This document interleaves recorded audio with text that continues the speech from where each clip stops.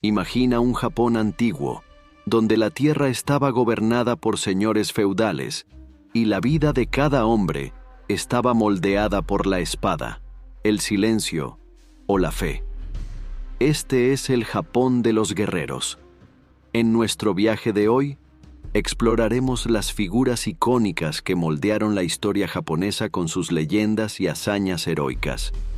Los samuráis, los ninjas y los monjes guerreros. Cada uno de estos grupos tiene un origen y propósito distintos, pero juntos forman el corazón de las historias más fascinantes de Japón. Los samuráis, con sus brillantes armaduras y afiladas espadas, representan el honor y el deber.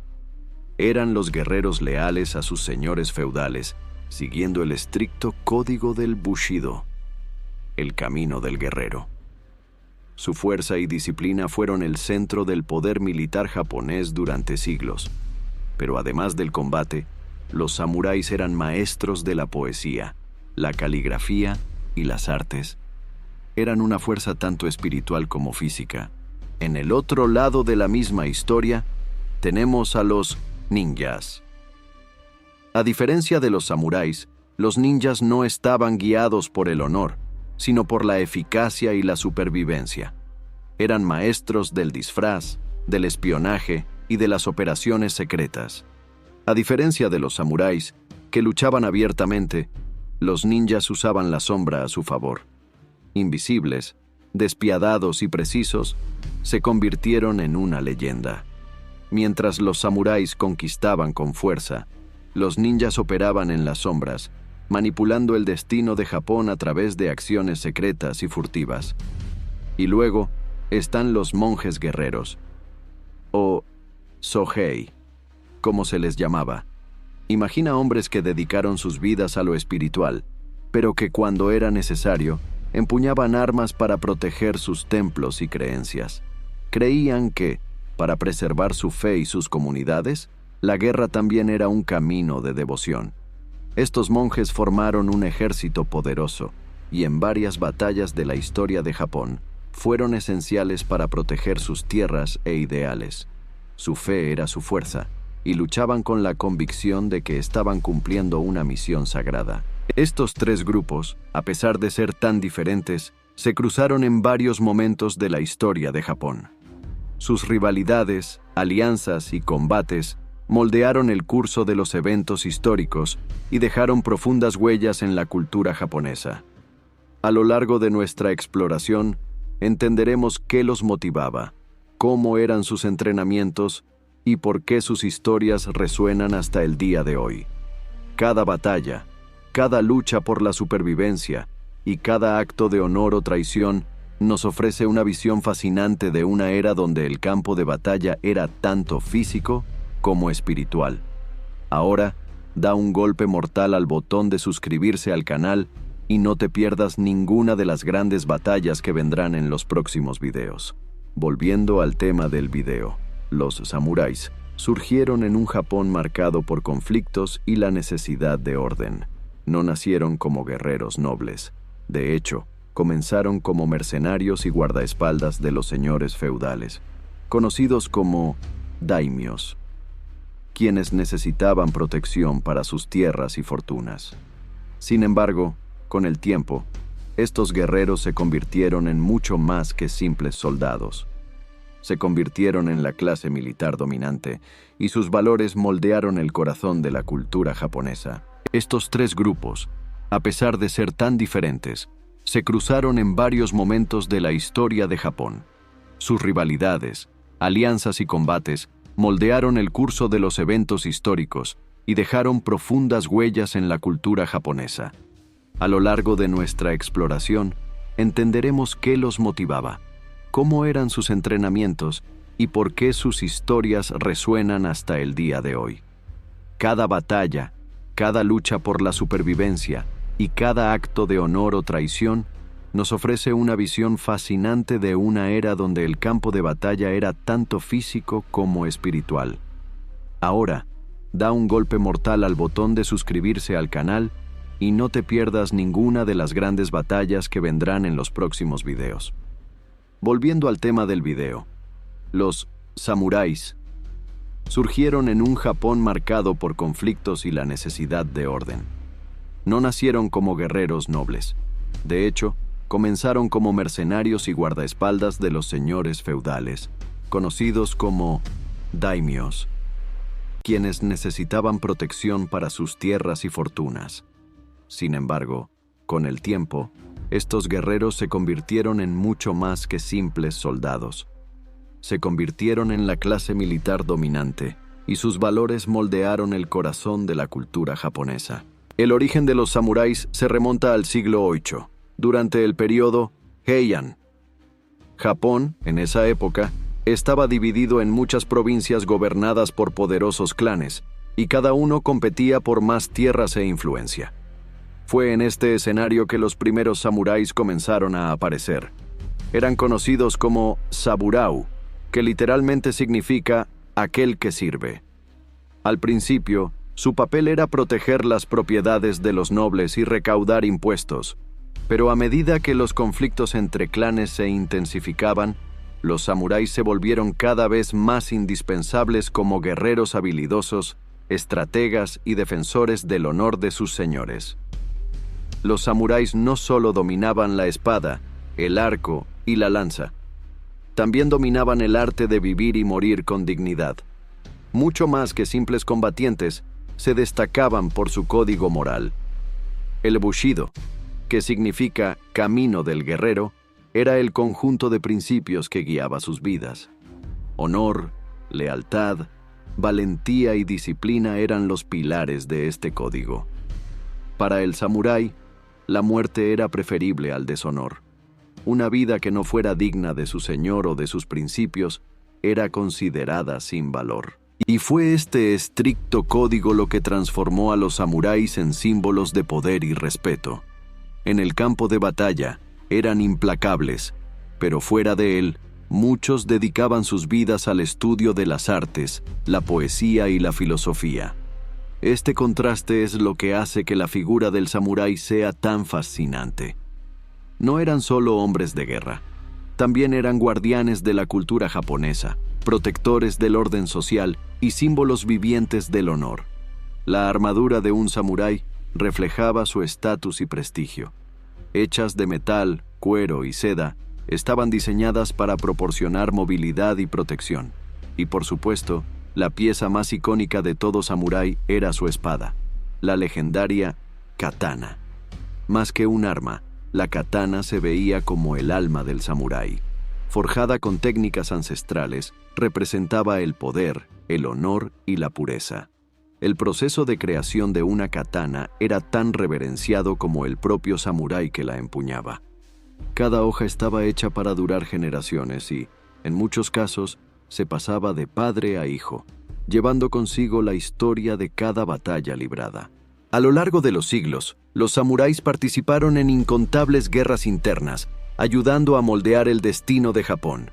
Las batallas entre clanes poderosos, como los Taira y los Minamoto, son ejemplos clásicos de cómo estos guerreros influyeron en el rumbo de la historia.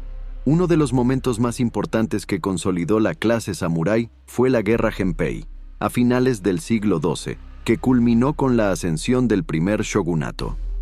Este sistema de gobierno militar convirtió a los samuráis en la élite dominante de Japón durante casi 700 años. Sin embargo, incluso con todo el poder y respeto que acumulaban, los samuráis sabían que su vida estaba constantemente rodeada de muerte. Eran entrenados para aceptar su destino sin temor, y el seppuku, el suicidio ritual, se consideraba una manera honorable de expiar el fracaso o evitar la captura.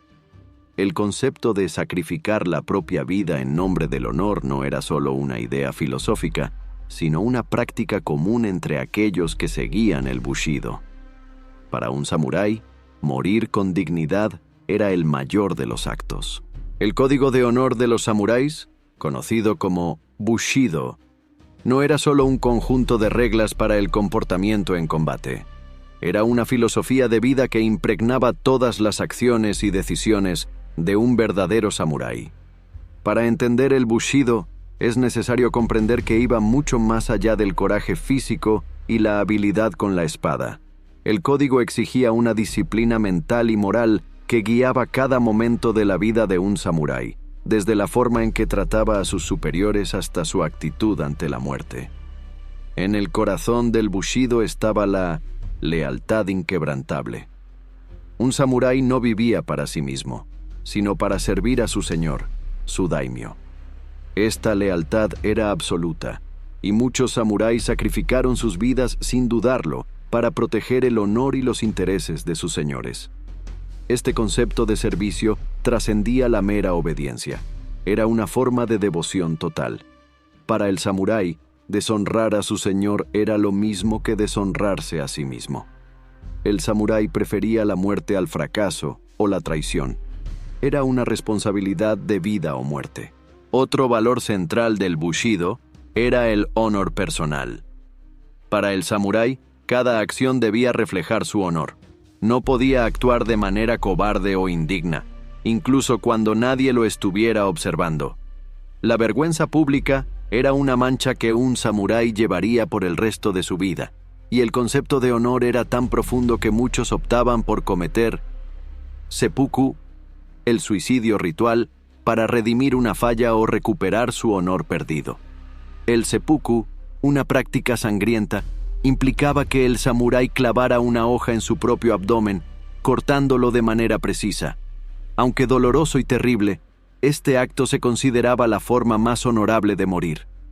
Así, la muerte misma, que para muchos era el mayor temor, se convertía para el samurái en una forma de garantizar que su vida no hubiera sido en vano. El coraje, tanto físico como espiritual, también era parte del bushido.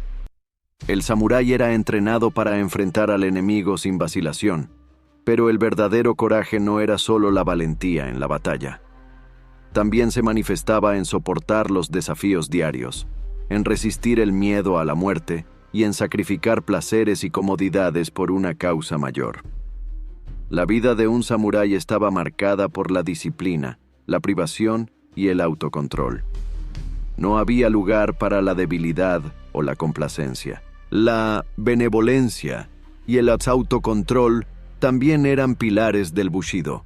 Un samurái, por feroz que fuera en el campo de batalla, también era instruido para ser compasivo y justo. Tenía el deber de proteger a los débiles y de tratar a todos con dignidad, incluso a sus enemigos. Esto significaba que la fuerza de un samurái no solo residía en sus habilidades con la espada, sino también en su capacidad para ejercer el poder de manera ética y controlada. Un verdadero samurái sabía que el uso indiscriminado de la violencia no era una señal de fuerza, sino de debilidad. El respeto era otro principio fundamental. El samurái respetaba a sus superiores, a sus pares e incluso a sus enemigos. Este respeto no provenía del miedo o de la sumisión, sino de una comprensión profunda de la interdependencia de todos. Cada persona, desde el campesino más humilde hasta el señor más alto, tenía un papel que desempeñar en el orden social, y el respeto mutuo era la clave para mantener ese orden. El samurái, en su sabiduría, comprendía que una sociedad solo puede prosperar cuando hay respeto entre todos sus miembros. En el centro de todo, el bushido también exigía rectitud, actuar correctamente en todas las circunstancias. Esto significaba que el samurái siempre haría lo que fuera moralmente correcto, incluso si fuera difícil, incluso si fuera en contra de sus propios intereses. La justicia y la rectitud eran principios innegociables.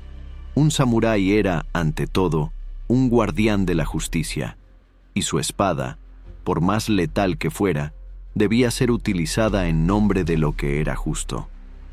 Era una vida vivida con propósito, donde el honor era la moneda más valiosa y el mayor temor no era la muerte, sino la deshonra.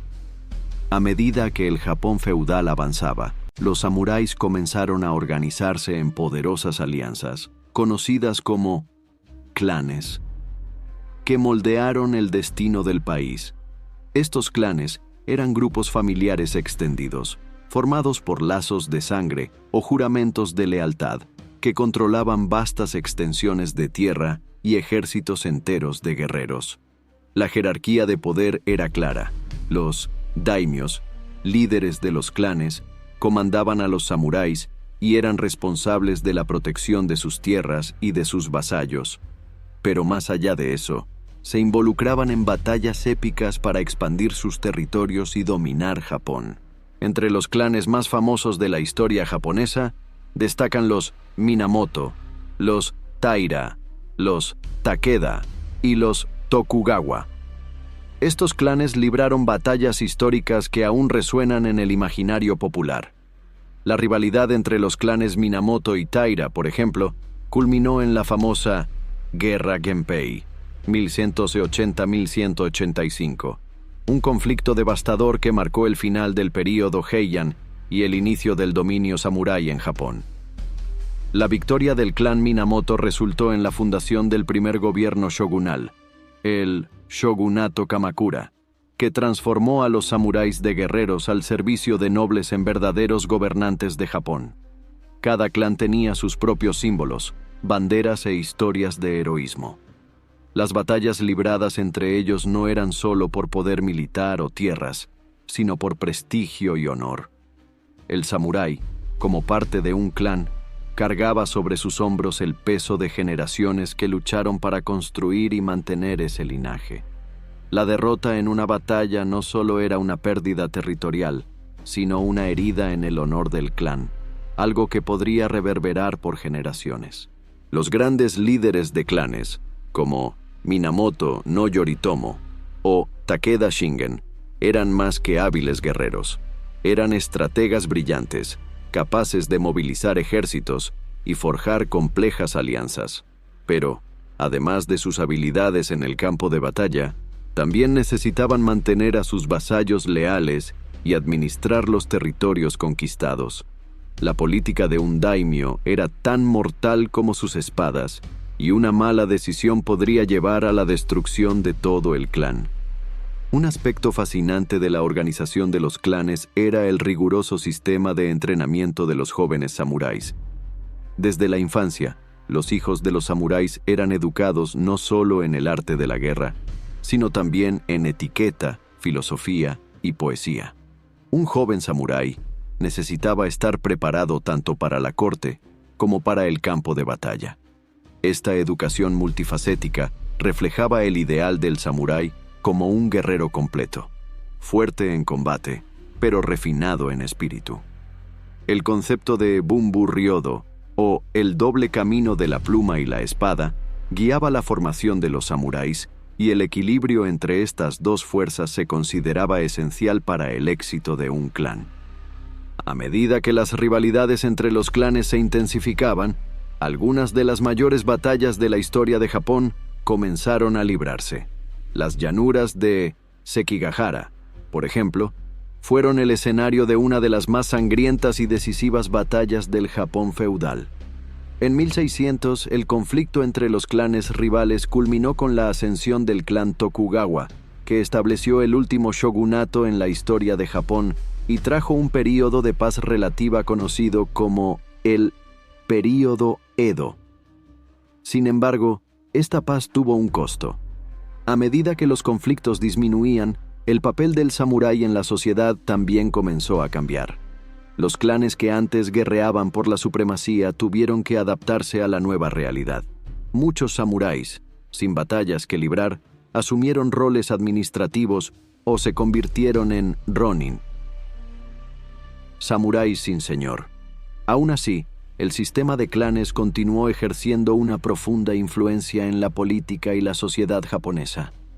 Las historias de lealtad, traición y heroísmo dentro de los clanes se convirtieron en leyendas que serían contadas por generaciones, y muchos de los castillos y fortalezas construidos por estos clanes aún existen, como silenciosos testimonios de una era de guerra y honor. Con el tiempo, la organización de los clanes y sus guerreros ayudó a consolidar Japón como una nación unificada. Pero esa unidad solo se alcanzó tras siglos de rivalidades sangrientas. donde el destino de Japón a menudo descansaba en las manos de unos pocos samuráis leales a sus daimios. Cada clan cargaba consigo una historia única de victoria y derrota, de ambición y sacrificio, y estos guerreros, que vivieron y murieron en nombre de sus señores, moldearon para siempre la identidad de Japón.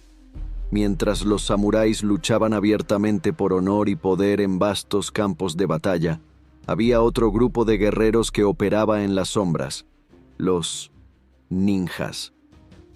A diferencia de los samuráis, cuya lealtad y honor estaban en exhibición pública, los ninjas vivían en la penumbra, moviéndose invisibles entre sus enemigos. No seguían el camino del bushido. En su lugar, la eficacia, la furtividad y la supervivencia eran sus principales valores. Maestros del espionaje, infiltración y asesinato, los ninjas desempeñaron un papel crucial en las guerras internas de Japón, pero de una manera que raramente se veía. Los ninjas surgieron en tiempos de inestabilidad, cuando los señores feudales necesitaban espías y asesinos que pudieran actuar donde los samuráis, con su rigidez ética, no podían.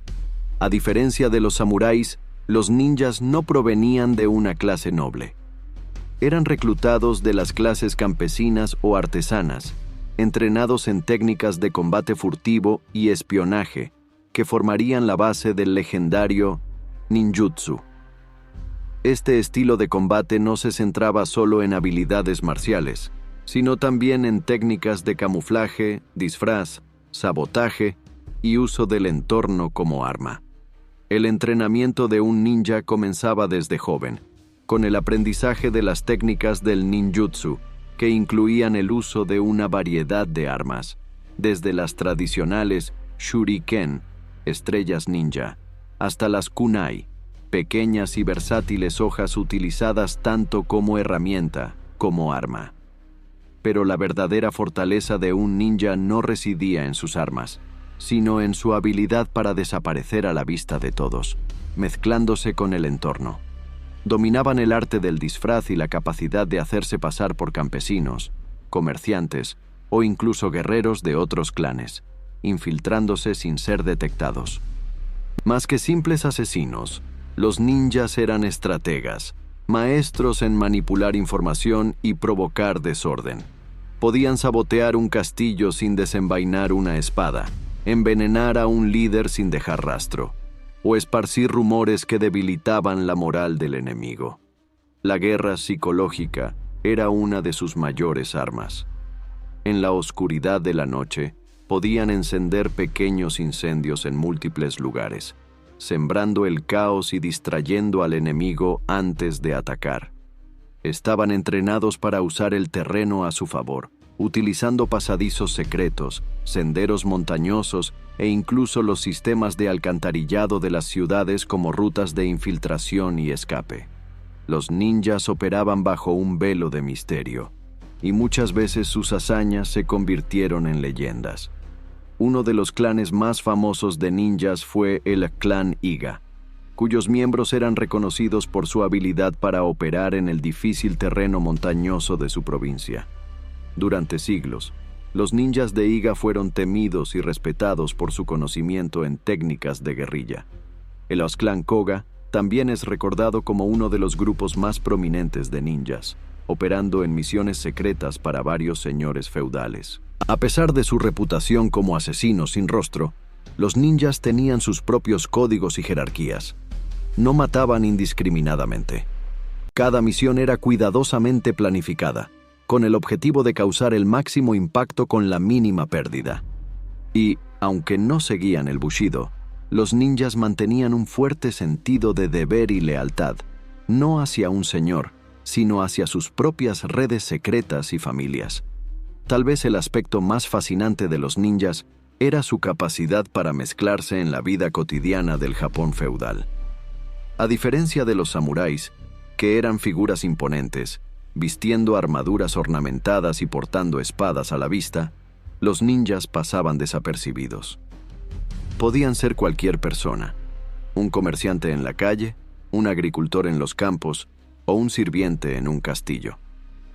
Esta capacidad para desaparecer a la vista de todos convirtió a los ninjas en maestros del engaño, y muchos de sus logros nunca fueron descubiertos, pero al igual que los samuráis, la era de los ninjas llegó a su fin. Con la ascensión del clan Tokugawa y la estabilización de Japón en el período Edo, la necesidad de espionaje y asesinato disminuyó. Los ninjas fueron relegados gradualmente a la oscuridad, y sus historias, en gran parte, desaparecieron con ellos. Sin embargo, sus leyendas continuaron creciendo, inmortalizadas en la cultura popular japonesa y en el imaginario colectivo. El secreto detrás de la eficacia de los ninjas no residía solo en sus habilidades de combate o espionaje, sino en el vasto y complejo sistema de técnicas conocido como ninjutsu. Esto era mucho más que un arte marcial. Era una filosofía de supervivencia, donde la furtividad, la adaptabilidad y el uso del entorno se combinaban para crear un guerrero casi invisible, capaz de operar bajo las condiciones más adversas. El ninjutsu se centraba en un enfoque holístico del combate y la supervivencia. Un ninja era entrenado para ser capaz de esconderse a plena vista, no solo camuflándose físicamente, sino también psicológicamente, actuando de manera que no levantara sospechas.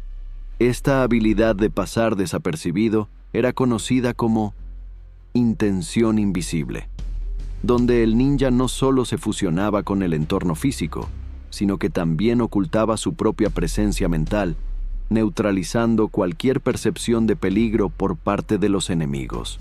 Una de las habilidades más fundamentales del ninjutsu era el uso estratégico del entorno. Los ninjas eran maestros en transformar lo que otros verían como obstáculos en ventajas. Árboles, sombras, agua e incluso el viento, todo era utilizado para facilitar sus infiltraciones. Conocían como nadie los pasadizos secretos de los castillos, los senderos ocultos en las montañas y los métodos para desaparecer en plena persecución. Muchas de estas habilidades fueron desarrolladas en la provincia de Iga, donde los ninjas entrenaban en terrenos montañosos y bosques densos. El conocimiento profundo del terreno les daba una ventaja invaluable contra enemigos que, por más armados que estuvieran, no podían luchar contra lo que no podían ver. Sin embargo, el entrenamiento de un ninja no se limitaba a la invisibilidad. También eran artistas marciales hábiles. Pero sus técnicas de combate eran bastante diferentes de las de los samuráis. Mientras que el samurái dependía de su fuerza y del honor de luchar cara a cara con el enemigo, el ninja atacaba con precisión letal y eficiencia. Usaban armas pequeñas y discretas, como el itanto, un pequeño cuchillo, y la korukusarigama, una hoz con cadena, que podían ocultarse fácilmente o usarse en emboscadas. Pero su arma más famosa era, sin duda, la shuriken, conocida como estrella ninja. Estas pequeñas cuchillas eran lanzadas con precisión quirúrgica, muchas veces no para matar, sino para distraer o incapacitar al enemigo antes del golpe final. Además, los ninjas eran famosos por sus habilidades con venenos. Sabían cómo extraer toxinas de plantas y animales, creando compuestos letales que podían ser utilizados para envenenar alimentos, bebidas o incluso las hojas de sus armas. Un ninja podía matar sin estar presente, utilizando métodos tan sutiles que la víctima ni siquiera notaría el ataque hasta que fuera demasiado tarde. El veneno era la personificación de la filosofía ninja, invisible, eficiente y mortal. Otro aspecto fascinante del ninjutsu era el uso de disfraces. Los ninjas podían hacerse pasar por campesinos, monjes, comerciantes o incluso sirvientes en los castillos de los señores feudales. Este dominio del arte del disfraz les permitía infiltrarse en lugares que ningún otro guerrero podría acceder. La capacidad de mezclarse con la sociedad común era una de sus mayores armas, ya que los convertía en enemigos invisibles, siempre presentes, pero rara vez detectados. El arte del disfraz era tan importante que muchos ninjas llevaban una vida doble. siendo agricultores o comerciantes durante el día y operando como asesinos y espías durante la noche. Pero el entrenamiento ninja también requería un increíble control mental. Debían ser maestros en lidiar con el miedo, el dolor y el cansancio. Las prácticas meditativas y espirituales formaban parte de su entrenamiento, ayudándoles a mantener la calma en situaciones de extremo peligro. Un ninja que perdiera el control de sus emociones o actuara de manera precipitada corría el riesgo de fallar en su misión, algo inaceptable en su riguroso código de supervivencia.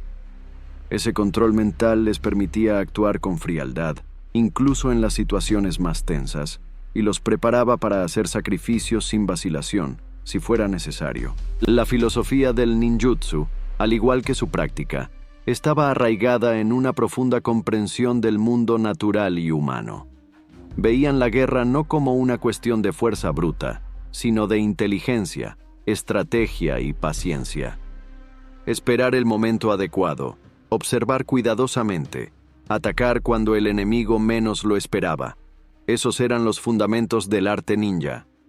Sus tácticas de guerrilla, que hoy parecen modernísimas, se desarrollaron siglos antes de ser reconocidas en el campo de batalla moderno. Con el tiempo, el ninjutsu y sus practicantes alcanzaron un estatus casi mítico en Japón.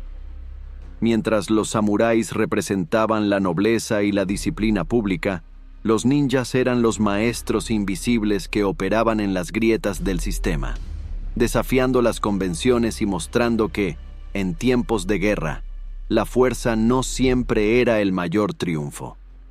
Incluso después del fin de la era de los ninjas como espías y asesinos, su legado continuó influyendo en la cultura japonesa, convirtiéndolos en figuras eternas de misterio y fascinación.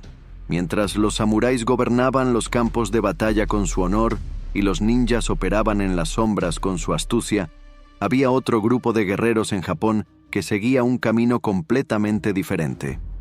Los monjes guerreros, conocidos como Sohei.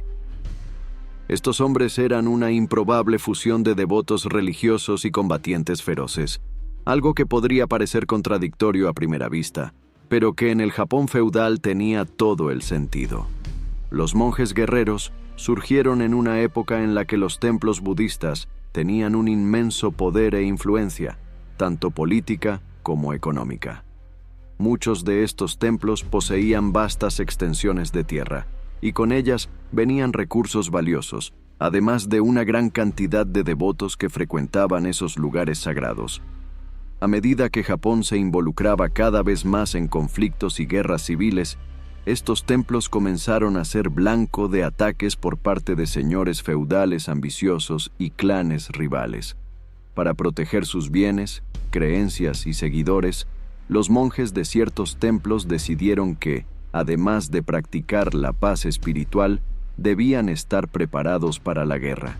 Así nacieron los Sohei, monjes que empuñaban armas junto a sus escrituras sagradas. Lo que los hacía tan únicos era esa dicotomía.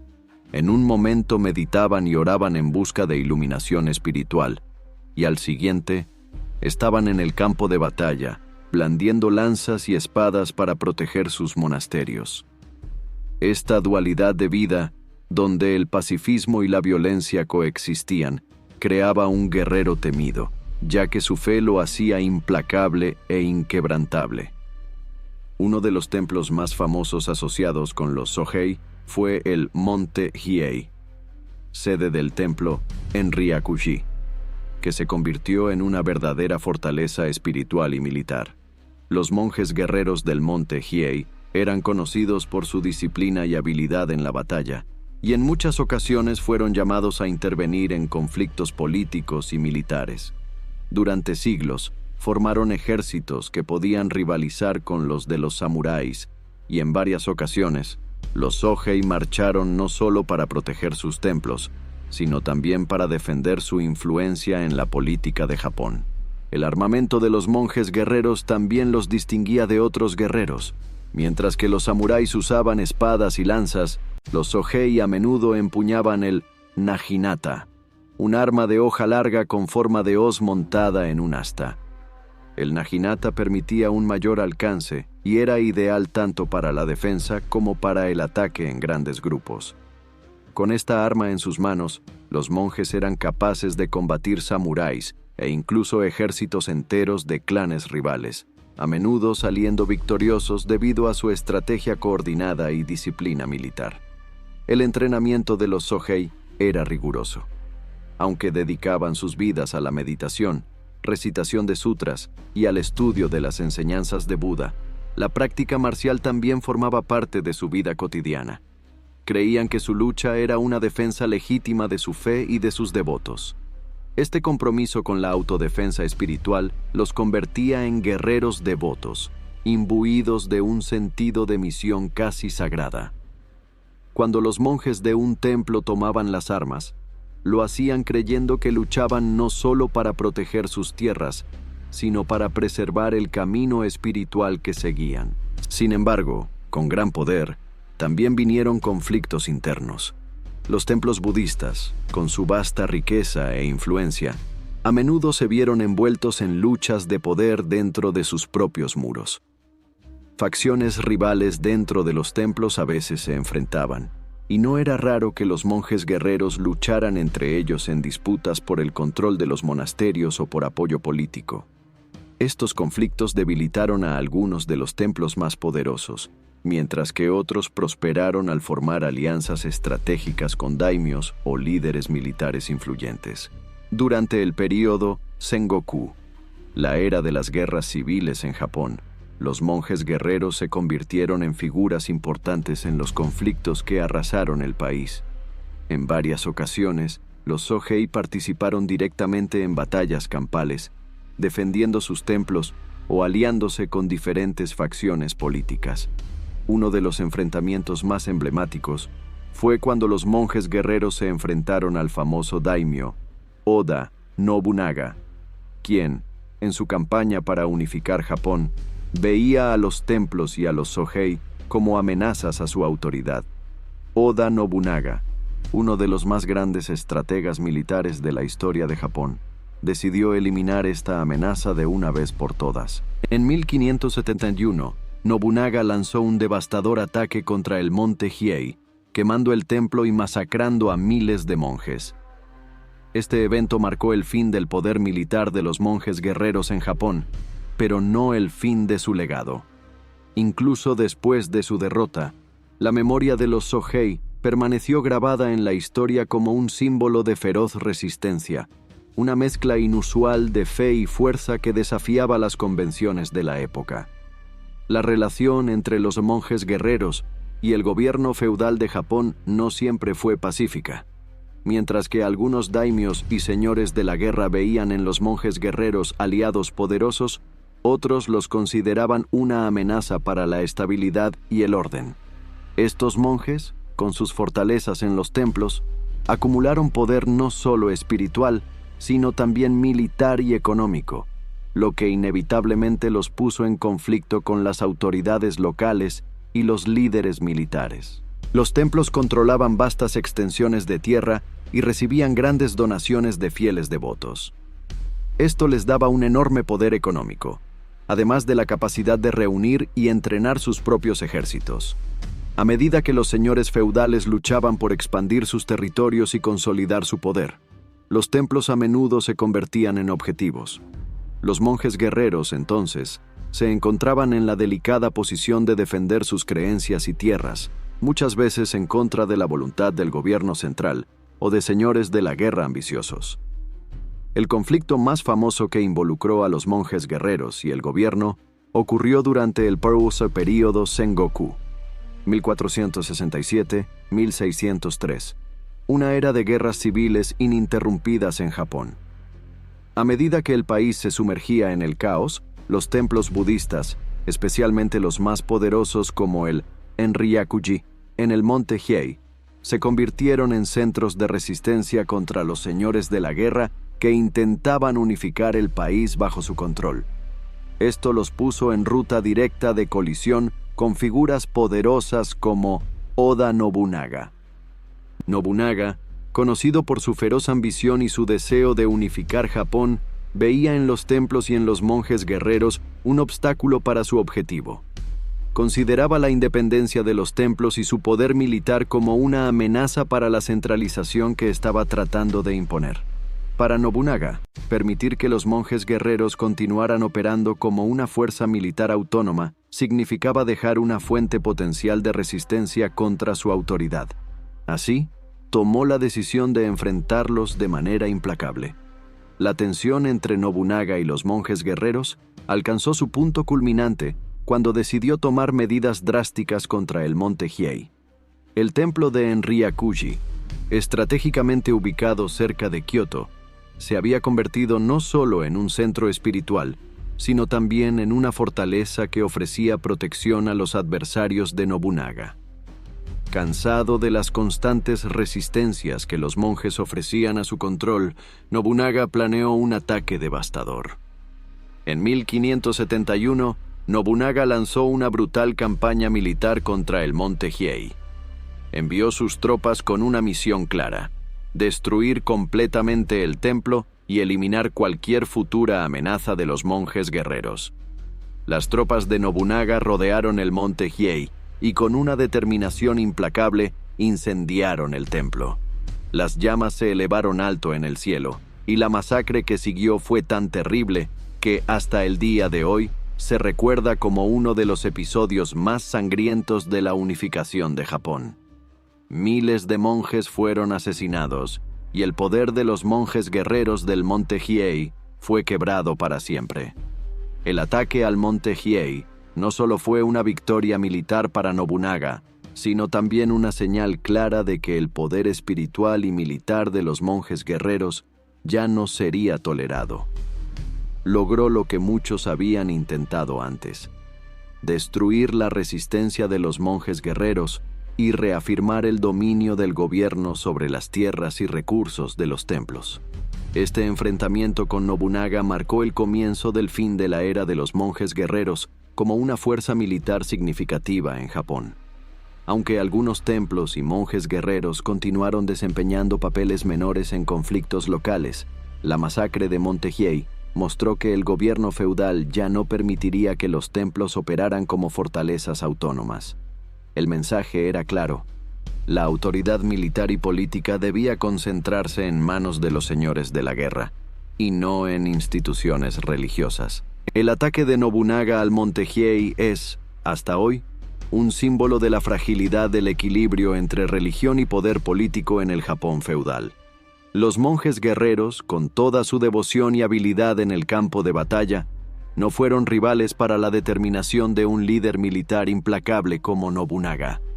Pero, a pesar de la derrota, permanecieron como un poderoso recordatorio de una época en la que lo sagrado y lo militar estaban profundamente entrelazados, y de cómo, a veces, la fe podía llevar al campo de batalla tanto como la espada.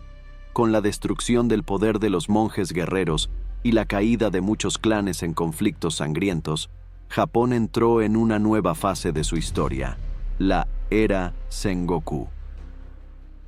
Este período, también conocido como la Era de los Estados Combatientes, fue una época de caos y fragmentación, donde las guerras civiles entre los clanes samuráis se intensificaron, llevando al país a un estado de conflicto constante.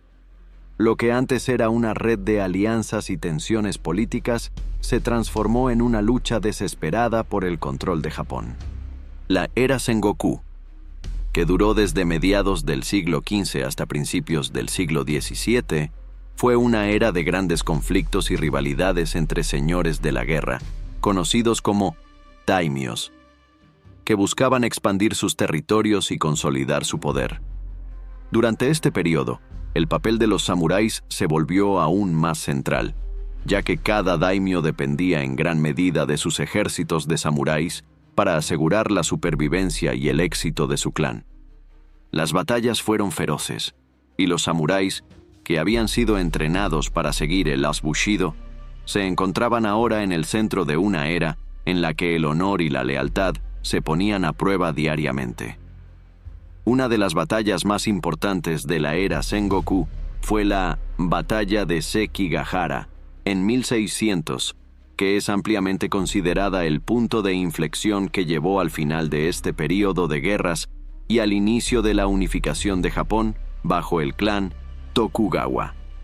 Las fuerzas leales a Tokugawa Ieyasu se enfrentaron a un ejército masivo liderado por clanes rivales, en un enfrentamiento que definiría el futuro de Japón durante más de 2 siglos. Los samuráis, alineados en ambos bandos, lucharon con una ferocidad que refleja la importancia de esta batalla, no solo como una disputa territorial, sino como el enfrentamiento final para determinar quién controlaría el destino del país. La batalla se libró en un vasto campo de llanuras, con decenas de miles de soldados en cada lado. Las formaciones de samuráis, vistiendo sus armaduras ornamentadas y empuñando sus espadas y lanzas, se enfrentaron en una tormenta de acero y sangre. El viento soplaba con fuerza, llevando consigo el sonido de los tambores de guerra y los gritos de mando. Tokugawa Ieyasu, con su astucia militar y habilidad estratégica, logró cambiar el rumbo de la batalla a su favor, aprovechando las traiciones en el campo enemigo y manteniendo la lealtad de sus propios aliados. Esa victoria no solo consolidó el poder de Tokugawa, sino que marcó el inicio del shogunato Tokugawa, que gobernaría Japón durante más de 250 años, trayendo un período de relativa paz y estabilidad conocido como el período Edo. Sin embargo, esta paz tuvo un alto costo para los samuráis. Con la unificación de Japón y la reducción de los conflictos militares, el papel tradicional de los samuráis comenzó a cambiar drásticamente. A lo largo de la era Sengoku, los samuráis habían sido el corazón de los ejércitos de los daimios, dedicando sus vidas a la guerra. Pero ahora, con el advenimiento de la paz bajo el gobierno Tokugawa, muchos samuráis se encontraron sin batallas que librar. Las habilidades que habían cultivado a lo largo de sus vidas, lealtad, combate y estrategia militar, eran ahora menos necesarias en una sociedad que comenzaba a valorar más la estabilidad y la administración que la guerra. Con el declive de las guerras, muchos samuráis se vieron obligados a asumir roles administrativos, convirtiéndose en burócratas o administradores de las tierras de sus señores, en lugar de guerreros en el campo de batalla. Para otros, la falta de guerras significaba la pérdida de su sustento. Muchos samuráis que no encontraron una nueva función en la sociedad se convirtieron en ronin, samuráis sin señor. Estos ronin vagaban por el país, a menudo viviendo en condiciones precarias, atrapados entre un mundo donde el combate ya no era necesario y una cultura que aún valoraba el ideal de honor samurái. Los ronin representaban una tragedia silenciosa para la clase samurái. Mientras que algunos se adaptaron a la nueva realidad de paz, otros se vieron atrapados en un ciclo de desesperación, incapaces de reconciliar su entrenamiento y código de honor con la nueva sociedad pacífica. Algunos grupos de ronin se unieron para formar sus propias compañías mercenarias, ofreciendo sus servicios como guardias o espadachines contratados, pero la mayoría vivía una vida de incertidumbre e inestabilidad. A pesar de todo, el espíritu del samurái siguió vivo. El bushido, el código de honor que había guiado a los samuráis durante siglos, permaneció como una parte central de la cultura japonesa. Aunque el campo de batalla físico desapareció para muchos, el campo de batalla interno, la lucha por la disciplina, el honor y la rectitud, continuó dando forma a la identidad de los samuráis.